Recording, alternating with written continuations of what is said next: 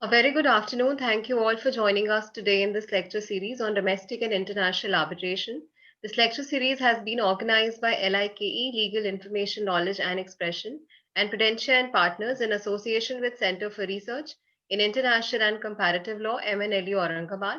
LegitQuest is the knowledge partner along with Legitai as the media partner. Prudential and Partners, founded in 2016, is one of the fastest growing law firms in Delhi, equipped with a very versatile team of attorneys dedicated to provide best services in a wide range of legal services across sectors such as civil, criminal, matrimonial, electricity, telecom, environmental banking, and commercial litigation, while also specializing in dispute resolution and intellectual property, having represented major corporations with major diverse business interests in India. LIKE is an online one stop solution for all the updates of the legal world with a goal to provide a platform to other budding brightest legal minds and ignite the culture of debate and deliberations across the fraternity. MNLU Aurangabad is an institution established in the year 2017 with an objective of imparting quality legal education. LegitQuest is an artificial intelligence-based legal research product. It is a state-of-the-art legal research platform and is very well known for the introduction of the world's only one-click insight system called the iDraft Case Analytics. In short, the iDraft feature powered by artificial intelligence takes out the issue, facts, arguments, reasoning, and decision of a case law. It recently has also started with Legitai, which has the latest news, interviews, columns, and serves the stakeholders of judiciary. Now, today's topic is conciliation. I am deeply honored to have Mr. Ajay Avasthi as our esteemed speaker. He is a practicing advocate at the chambers of Sri Mahesh Malani. He is skilled in constitutional law, criminal law, service law, electricity law, and arbitration. Before joining the chambers of Sri Mahesh Malani, Mr. Avasthi has worked with the doyen of the legal profession, late Sri Ram Malani, and has handled several high-profile cases under his mentorship.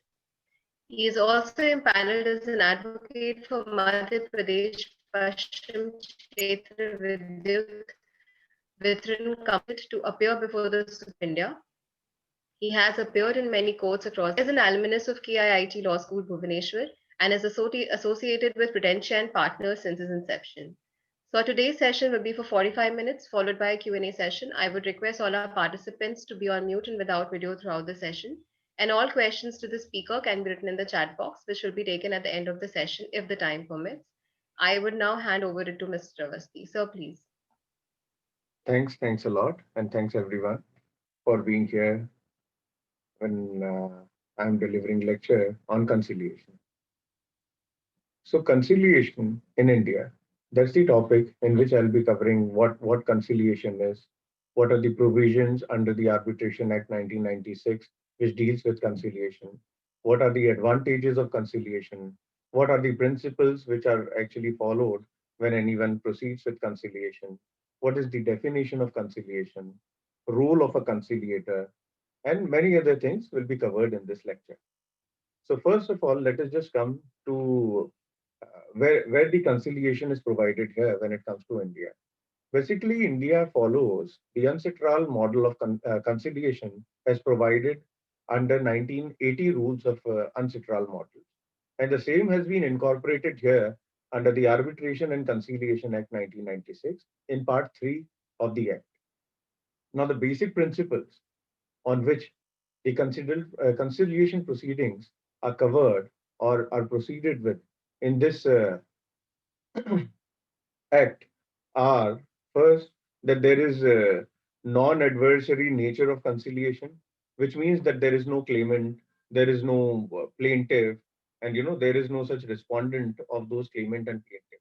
Here, there are the parties sitting together with a conciliator having an objectivity uh, with the principles of fairness and justice to decide among the parties and to suggest to the parties that these are the common points on which you can agree and conciliate in the matter rather than fighting courtroom battles or proceeding with the arbitration proceedings and which are far more expensive there in than this conciliation proceedings.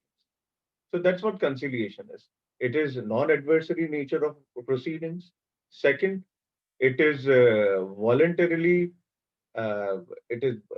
nature of proceedings, which means both the parties they agree to it. It's not like one party is like as I said, there is no such claimant. So one party is claiming something and the other party has to reply to it in the court of law. That's not what conciliation is. In conciliation, The parties voluntarily agree to proceed with conciliation. They come to some common points of settlement, and there they just settle their dispute amicably so that their long courtroom battles are avoided. Third is that it is very flexible procedure. Here the parties, they can agree to any kind of procedure, and it's not like that you have to follow so and so procedure while going into the conciliation, or while uh, following certain, like for an example, if a person is going for a civil dispute in the court of law, then they have to comply with the procedures of as provided there in the code of criminal civil procedure. So there is no such strict sense of procedure which one has to follow. They can agree on any kind of common procedure and proceed with the conciliation. Then the another important aspect, or the feature of conciliation, is that here there are not decisions per se. It's not like that they are binding on the parties. They are more like, if a conciliator has been appointed, that conciliator will give recommendations. So those recommendations can be mutually agreed by both the parties, and there is no such thing like imposed decisions over the parties. So these are all four important features of conciliations, which when we'll go through the scheme of the Act under Part 3 of the Arbitration and Conciliation Act, we'll be dealing with all these features, but these are the broad classifications of the features which are covered under conciliation. Now coming to the definition of conciliation. There is no such definition of conciliation provided there in the Act.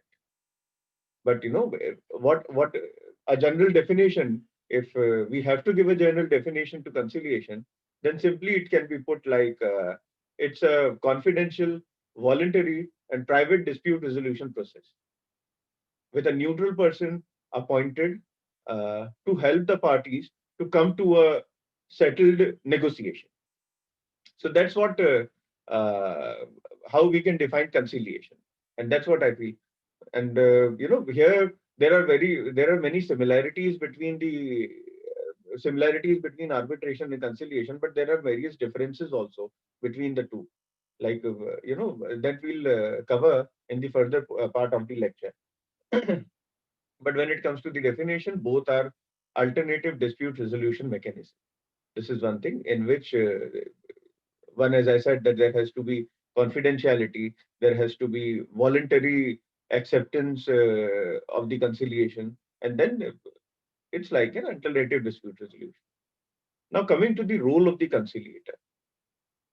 Role of the conciliator is, when, as per Section 80, the conciliator does not decide for the parties, but strives to support them in generating options in order to find a solution that is compatible for both of them. Thereby, as per Section 67, fulfilling which fulfills the mandate under which the main function of the conciliator is to assist the parties to reach an amicable settlement.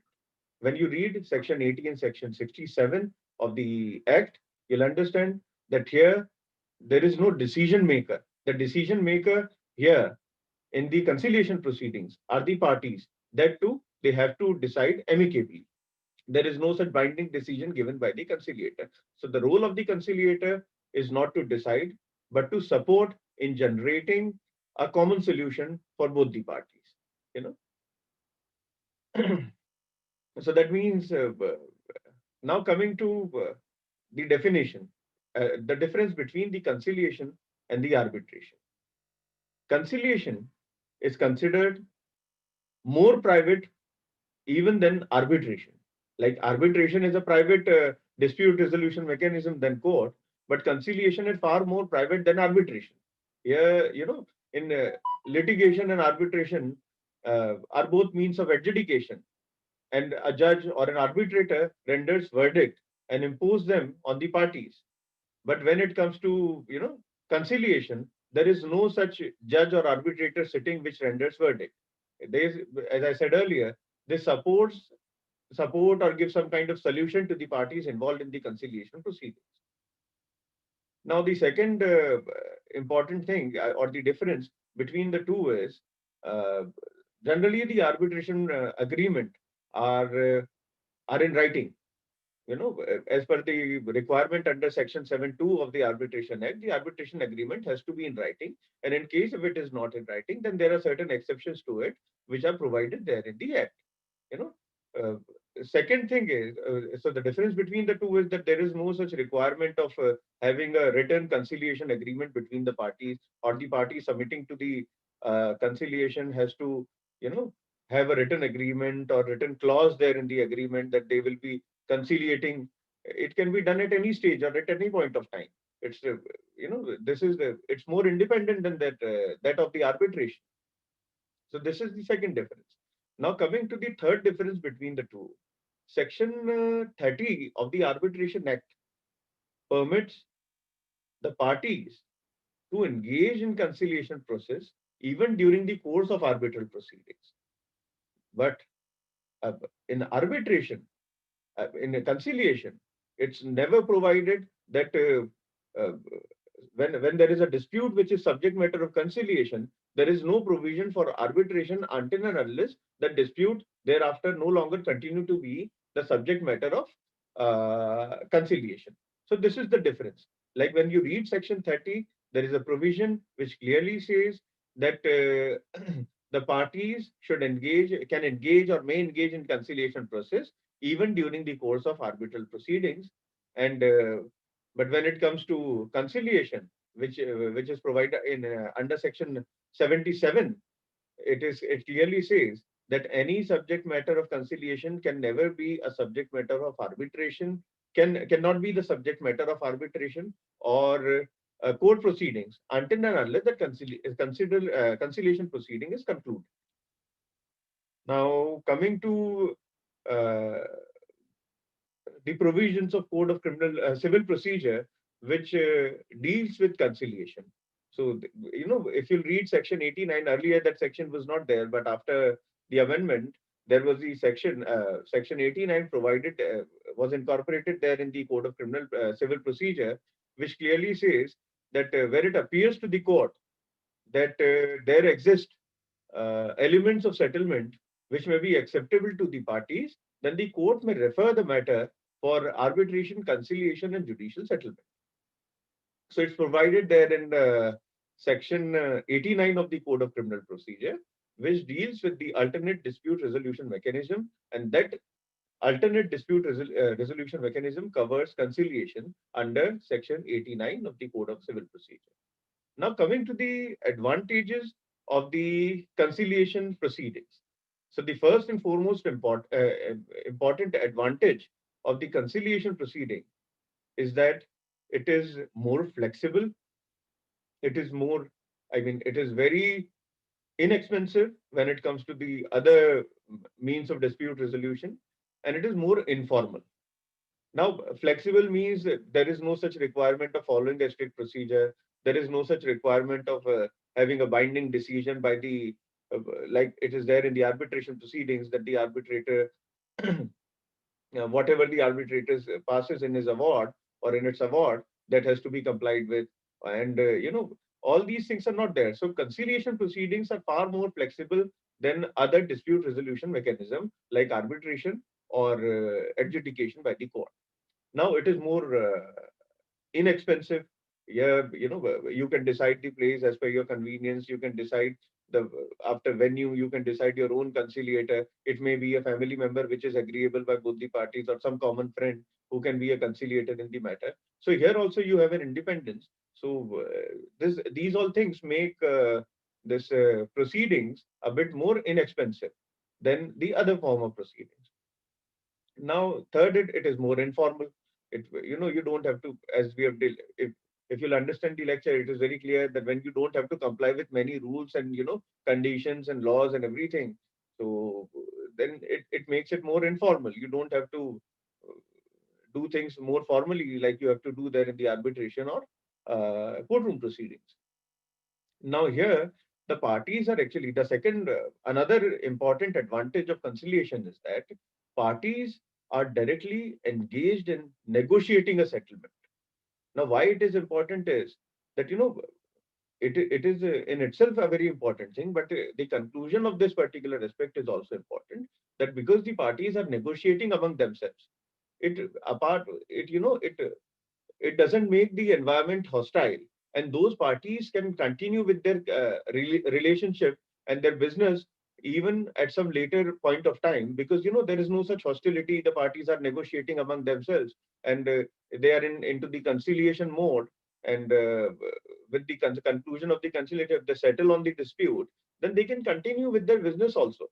It's not like that now thereafter they will not be entering into any kind of agreement or settlement, because they've conciliated among themselves. So this is one advantage. This is another important advantage of the conciliation proceedings. Now, since it is a mutual settlement between the parties, hence there is no such judicial precedent established in this.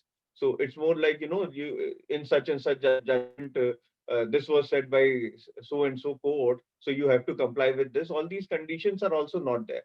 So this makes, as I said earlier, the conciliation proceedings a bit more flexible. So there are no such judicial precedents. So there is very little likelihood of, uh, that any either of the party will appeal against the conciliation proceedings in the court of law or any other place. So when they conciliate between themselves, then there is conclusion, and this saves the time as well of both the parties. So these are all important aspects which are which are very important to be understood in when you're dealing with the conciliation. What are the advantages? What are the definition? And all these things are there.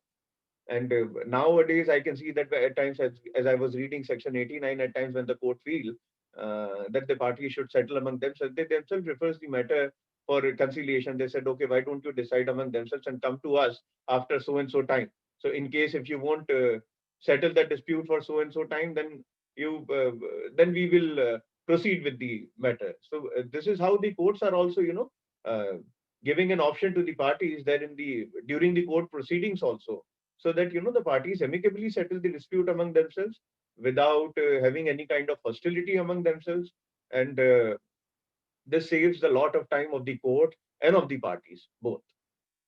So these are the things which were important. Now coming to the scheme as provided there in the act, as I said earlier, that the conciliation is provided in part 3 of the Arbitration and Conciliation Act 1996. So now I will be dealing with the scheme of the act. So the scheme contains first we'll be deal. It starts from section 61 of the act, which deals with application and scope. Most of this I've generally covered in my earlier part of the lecture, but then I'll be dealing with a few specific things when I'll be reading these provisions to you. So now coming to section 61. Section 61 deals with application and scope of the conciliation. So now this clearly provides, if you'll read this provision, you'll understand that how flexible the conciliation proceedings are. The provision itself says that save as otherwise provided by any other law for the time being in force, and unless the parties have otherwise agreed, unless the parties hereby otherwise agree have otherwise agreed, this part shall apply to conciliation of disputes arising out of the legal relationship, whether contractual or not, and to all proceedings relating thereto. So if you'll read this, you'll understand that even in this application and scope clause, they've entered it is clearly provided that the parties have to agree to it.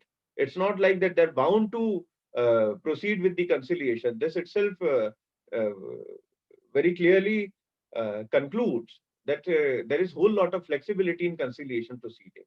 Now coming to section 62.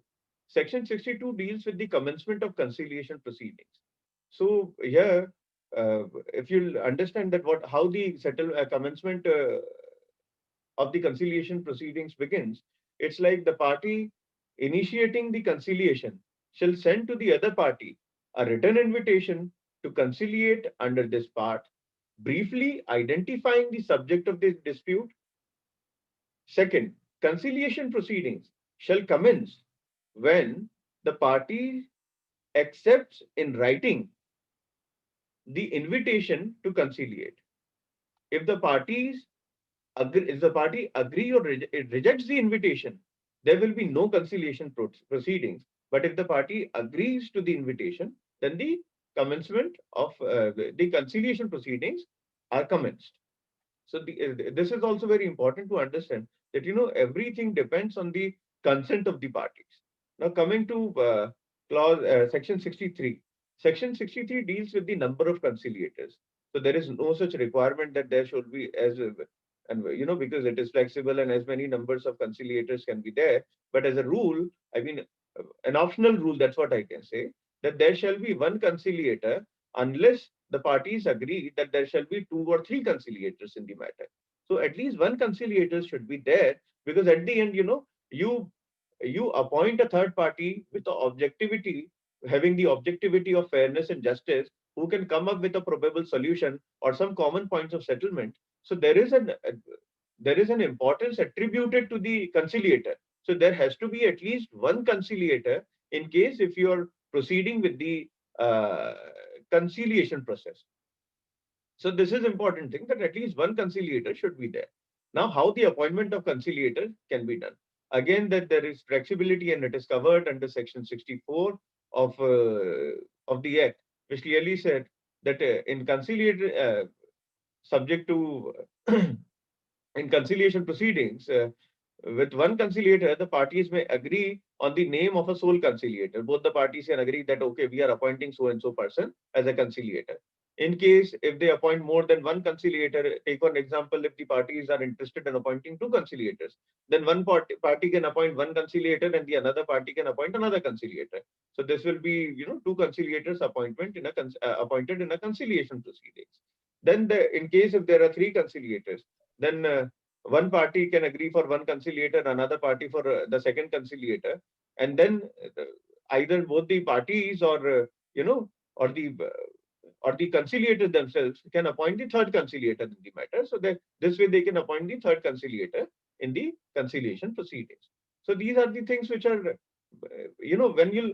when the most important thing which you have to understand when you're dealing with this conciliation proceedings, as I'm reading few provisions of the Arbitration and Conciliation Act 1996 to you, it's always important to understand that in most of the provision, the important term which has been used is may. That means that every time there is an option available to the parties. It's not like that they're bound to follow the provision as it is provided there in the act also. So that's what is good. It's good about the conciliation proceedings, that every time there is a flexibility, there is an option available to the parties that whether they have to submit to the conciliation or not at any stage. Now coming to section 65, which deals with submission of statements to conciliator. So here there are Hello. general principles. Hello. Excuse me, sir. Yes. Uh, I have a little more doubt. Okay. So, what do you? Excuse Sorry, me, but I'm sorry. I'm sorry to interrupt. All the yes. questions you can put up in the chat box, and we will take it up at the end of the session. Okay, thank you, ma'am. Okay, thank you. Sorry for the interruption, sir. No, that's okay. That's okay. It's important that at least he's showing interest in the lecture, which is why those questions are cropping up. Yeah, So yeah. okay. Now coming to section 65. Section 65 deals with the submission of statement to the conciliator. So now, a brief written statement can be submitted by each party to the conciliator for so that he can decide on over the not decide, he can suggest over the facts or the recommendations which are being made, which can be made by the conciliation. So it's more like an assistance to the conciliator. So, on all these aspects, that a written statement is submitted to make the job of the conciliator a bit more easy, so that both parties are able to put their best case before the conciliator. Now as we have dealt it earlier, but this is very important, though it's a very small provision, but one of the most important provision. Conciliator is not bound by certain enactment. This is section 66. Now, why it is important is that don't have to follow the strict principle as provided under various laws. Because at the end, if the party doesn't agree with the conciliation, then it is not of no use. So, here there is some flexibility given to various laws, principles which are follows in other proceedings. Here, this section 66 clearly says that the conciliator is not bound by the Code of Civil Procedure 1908, and the Indian Evidence Act 1872. So these are the things. This is very important to understand that when you are not complying with the provisions, you are not following the principles as provided in the Evidence Act, and if you are not following the principles as provided in the procedure as provided in Code of Civil Procedure, that means that everything will be settled between the parties, maybe in accordance with the suggestions of the conciliator, or maybe in accordance with their own, understanding. So they don't have to follow the strict sensu principles of law in the conciliation proceedings. Now coming to the, as I've dealt it earlier, that what are the role of the conciliator? It is the role of the conciliator is more of to give the recommendation, but there are certain things which are provided. I mean, which a conciliator should bear in mind when uh, he's involved in a conciliation proceedings, which is provided under Section 67 of the role of under Section 67 of the 1996 Act. Now this reads as follows: the conciliator shall assess the parties in an independent and impartial manner in their attempt to reach an amicable settlement for their dispute. The conciliator shall be guided by principles of objectivity, fairness, and justice, giving consideration to, amongst other things, the rights and obligations of the parties, the usages of the trade concerned, and the circumstances surrounding the dispute, including any previous business practices between the parties. Third, the conciliator may conduct the conciliation proceedings in such a manner as he considers appropriate, taking into account the circumstances of the case, the wishes of the parties may express may include including any request by a party that the conciliator hear oral statements and the need for a speedy settlement of the dispute.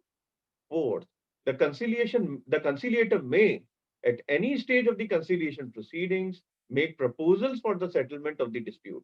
Such proposal need not be in writing and need not be accompanied by a statement of reasons thereof. Therefore, so this is the role of the conciliator, which one should keep in mind, because most I think that the most of the audience here are the prospective lawyers and maybe law students.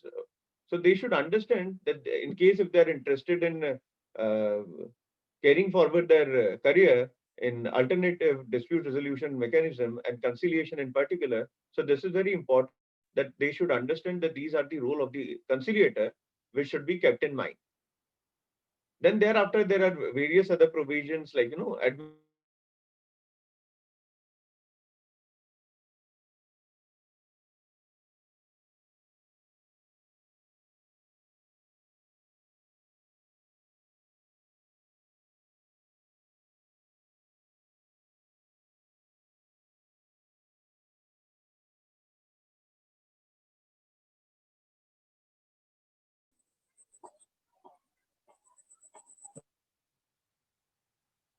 So there seems to be some internet issue from your end.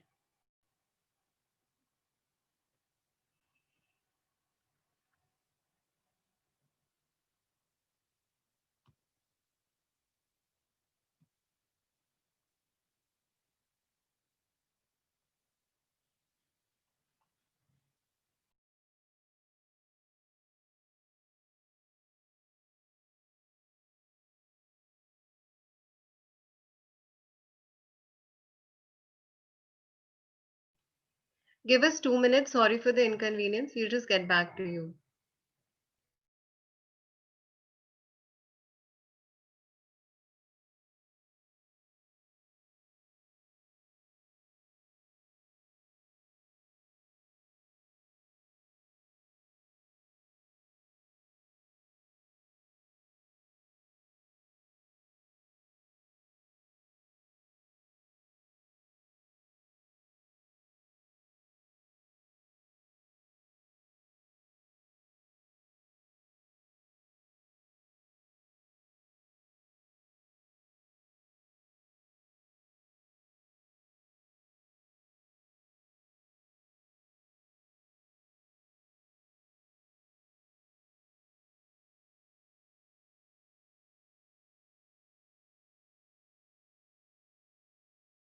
with the lecture? Yeah. Yes, sir. So, till now, I've discussed the role of the conciliator and the advantages of the conciliation and everything. So, this is very important that here in conciliation, one should understand that there is no such strict sensu law which one should follow. There is no such requirement of, formal proceedings which should be carried forward. There is no such, and it can be done at any stage, and it can be done at any place. There is flexibility in terms of place as well. And when you read the scheme of the sections as provided there in the Act, you will understand that most of the things which are provided there in Part 3 of the 1996 Act, there is an option given to the parties.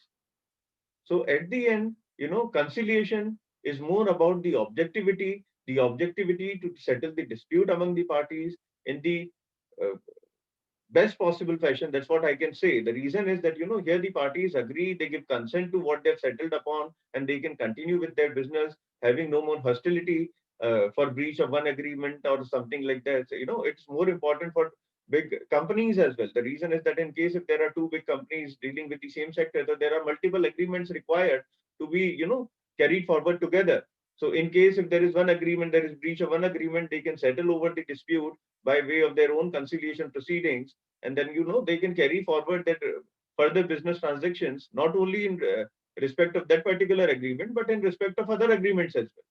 So, which is why the conciliation proceedings or the conciliation as a means of alternative dispute resolution process plays a very important role in the legal system or the settlement of disputes in the country. That's what I wanted to contribute on this subject today. In Okay, case sir. Thanks a lot. That was a very helpful and insightful session that we have. Now we have received some questions as well. The first one is that what do you have to say about the conciliation process in collective labor conflicts in India? Yeah, that's very important. Here, there are various things which are, are it's apart from having good things about, there are various cons on collective labor initiative when it comes to conciliation.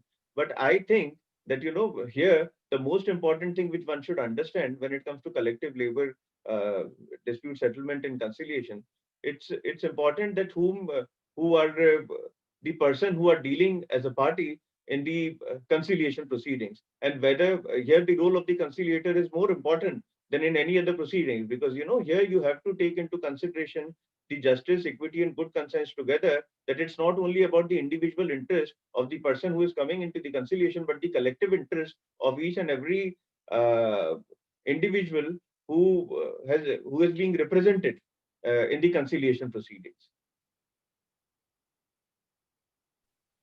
Okay, sir. Thanks for that. The other question is, can we say that mediation has received widespread acceptability in India, whereas conciliation process has not? If the answer is affirmative, what could be the reason behind it? I think that the conciliation, yes, of course. I mean, I agree to it that mediation is something which has been given more priority, not priority, but has been given a wide coverage than that of the conciliation.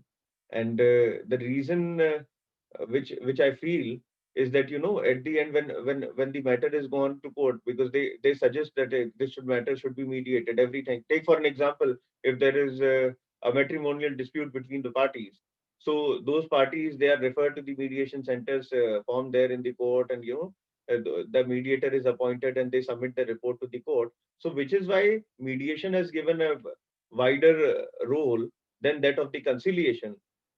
But at the end, what matters is that in conciliation, you agree at your instance, and then when there is a dispute, the most important thing which one should understand is that when you're proceeding with the conciliation, you should come up with uh, with an approach where you should be aware that I will be given so and so settlement terms and conditions should be there, and I should be conciliating in the matter, and it should be a win-win situation for both the parties. That should be taken care of during the conciliation proceedings. But in mediation, because the reference has been made by the court and the court says that, okay, you should settle among yourself and we will, there will be in the mediation center, take for an example. So it has relatively, because that is the direction given by the court. So it has a more likelihood of being complied by the parties, which doesn't happen in the conciliation. And that's the reason which I feel that the mediation is given wider coverage than that of the conciliation. Okay, sir, thank you.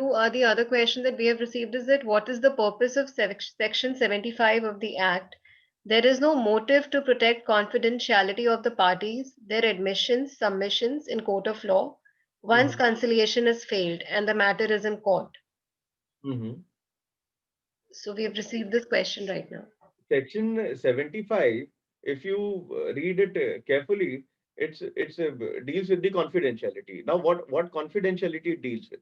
Notwithstanding anything contained in any other law for the time being in force, the conciliator and the parties shall keep confidential all matters relating to the conciliation proceedings. Confidentiality shall extend also to the settlement agreement, except where its disclosure is necessary for the purpose of implementation and enforcement. So now when it comes to the court of law, so at the end, the court has to decide the matter, and if the parties are there, so here when the matter goes to the court of law, the law of evidence comes into picture, and the procedure comes into picture. So then the court has to comply with the procedure which are provided there in the provisions of the law, and in the interest of the justice, the court will follow its procedure in the same fashion as provided there in the provisions. Now, in case if the confidentiality has to be maintained, and there are certain things which are being disclosed there in the under the confidentiality clause, so I don't think that it will. I mean, the parties has to comply with it, and the court will also not look into those matters which are spoken to each other in a confidential nature. So this is something which is very important, because at the end, why you have entered into a conciliation proceedings and why you have sought for the conciliation proceedings, the reason was that there are certain things which you wanted to keep confidential among yourselves and you just wanted to settle the dispute in a friendly manner. So which is why I don't think that it affects the court proceedings. Section 75 doesn't affect the court proceedings in general. And at the end, whatever is to be disclosed can be disclosed after all. Okay, sir, thanks for that. The other question is that how can conciliation be treated as a mechanism for the resolution of international economic and business disputes? There it plays a vital role. The reason is that why this UNCITRAL model and why all these sanctions was, I mean, why we entered into, we have signed all these conventions of UNCITRAL model.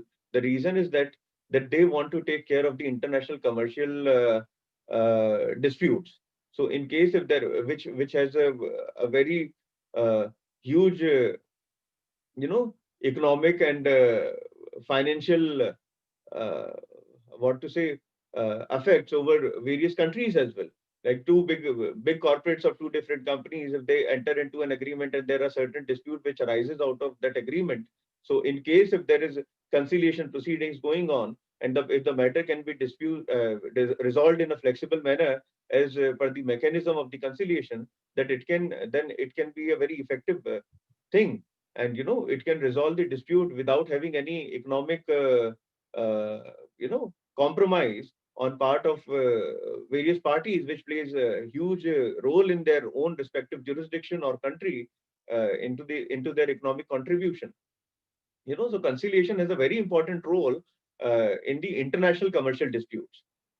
And there, I think that nowadays there are various companies which are actually following this conciliation. I mean, they're carrying forward their dispute resolution mechanism by way of UNCITRAL model itself. Okay, so thank you. This is the last question that we have. It says, Mhm. India generally lacks obligatory mediation, such as early neutral evaluation utilized in the United States. What Mhm. recommendations, according to you, are necessary when it comes to strengthening the process of conciliation in our country as compared to other nations? Can you just repeat the question once again? It says India generally lacks obligatory mediation, Mm-hmm. such as early neutral evaluation utilized in the United States. So, what recommendations, according to you, are necessary when it comes to strengthening conciliation in our country as compared to other nations? See, at the end, what I have to say about it is that every country has their own, you know, legal system. Though our legal system is more similar to various common law countries, including US. But applying those principles which are followed there in the US, as of now in India, it's relatively a bit more difficult. So here, when we are entering into these mediation and conciliation proceedings, one should keep in mind that the economic development, the work culture, the business culture here in India, as of now, has to evolve a lot. So I don't think that as of now, at this stage, we can put those yardsticks here in India and comply in total with those, uh, you know, uh, proposals or substance or points which are followed there in any other jurisdiction. So as of now, I would rather say that as of now, the conciliation or mediation thing has to be developed in India. It should grow in India, but we have to travel a lot as of now when it comes to all these alternative dispute resolution mechanisms. Okay, sir. Thanks a lot. That was really helpful and insightful, and thank you for your exceptional views. And we appreciate you being here. And I would also like to thank all the attendees for being with us. And with this last lecture series, that has ended successfully the 9 days lecture series that we had. And stay safe, everyone. And for the recording, kindly subscribe to Legit Quest YouTube channel. Thank you. Thank you so much. Hello. Yeah. Excuse me, sir. Okay. I think we have. I think he has left the session now. Okay. So thank you.